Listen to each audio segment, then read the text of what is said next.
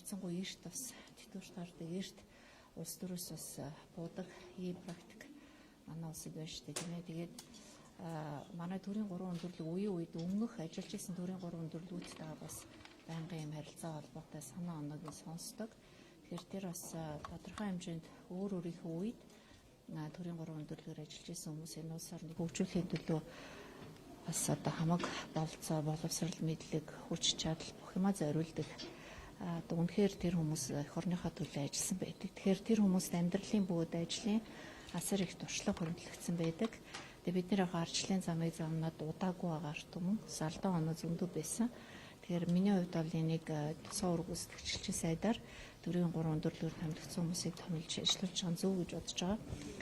14 мега төсөл болон бусад одоо улс орны хөгжил хэрэгтэй томоохон төслүүдийг бас хариуцаад өөрсдийнх нь санал дээр үндэслээд хариуцаад явбал бас илүү туршлагатай өөрсдийнх нь одоо бас гадна хэлхий холбоо тийм ээ ажлын арга барил за өөрийнх нь баг хамт олон гэд тэрнээс бол энэ ажлыг хөөцөлдөхөд бол ямар ч одоо төрөөс мөнгө дөрөв нэхээгүй хөлсөөр ажиллаагүй гадаад улс оронд очиж амьдрахгүй яг л одоо улсынхаа хөгжлийн төлөө гар бие зориулъя бас нэмэр болъё засгийн газар дэмжлэг үзүүлье гэсэн ийм сэтгэлээр одоо хамтарч ажиллаж байгаа.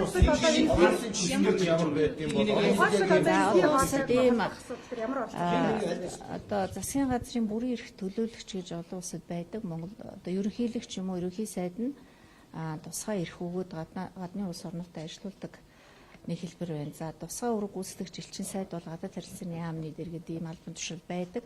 Тэгээд энэ албан тушаал томилсон байгаа. Энийг аль секторт томилж байгаа юм? Тусгай үүрэг гүйцэтгэгчийн сайд бол манад үеийн үед байсан. Тэгээд дандаа голдуу дипломатууд байдаг болохоор та бүхэн сайн мэдгүй байгаа.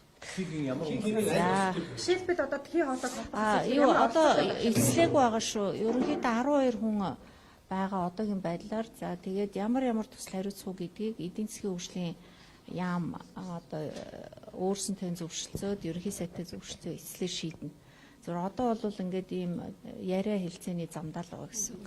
Өөрийнхөө хувьд одоо ямар одоо эрх яг энэ ажил нь одоо жишээлбэл эдийн засгийн коридорын төсөл ч юм уу, газын холбоотой ч юм уу, төмөр замын төсөл дээр ажиллая гэхэд тэр ажил нь бүтээл болчлоо гэвэл тэгэл болчихно.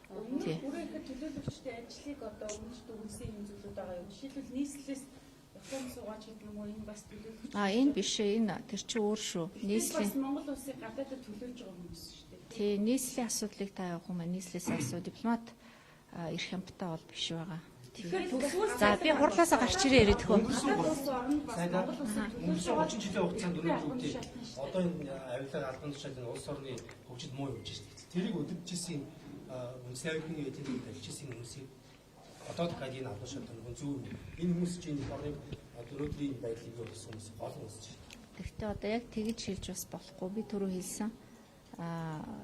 Тим сэтлэр ажиллаагүй байх гэж бодож байна шүү дээ би. Тэгээ би өөрөө тэрийг сонгочоогүй бүгдийг. Одоо энийг тусгай үүрэг гүйцэтгэгчийн сайдаар томилё гэж хамтарсан засгийн газар байгуулагдсан. Хамтарсан засгийн газрын сайд нар тэгээд ерөнхий сайдтай кабинетээр ярьж агаад шийдсэн. Үсэгтэй юу? Тусгай үүрэгчийг ингээд нийслэх гэдгээр нөхөж болж байгаа юм. Нийслэл минутууд тусгай үүрэг гүйцэтгэгчийн сайд гэж байдаггүй. Нийслэлийн төлөөлөгч гэж 2-3 газар байдаг. Тэрийг манай гадаад яам хариуцдаг болохоор би мэдэхгүй байна.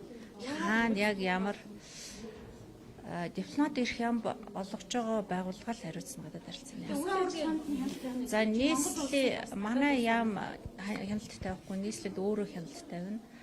Нийслэл өөрөө одоо тухайн хоттой ямар төвшөнд харилцаа холбоотой байна.